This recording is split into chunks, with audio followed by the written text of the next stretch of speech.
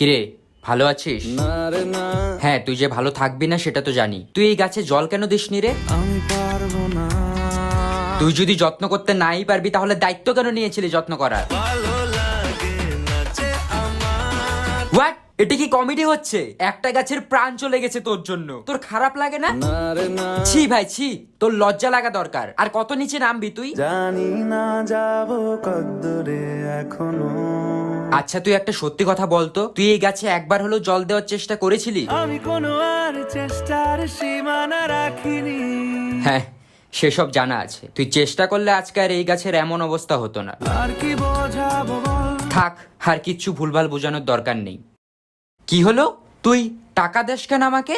যা ছিল আমার সবই তোর হাতে। ভাই তুই আমাকে টাকা দিবি, এই কয়েক টাকা, এই গাছের দাম।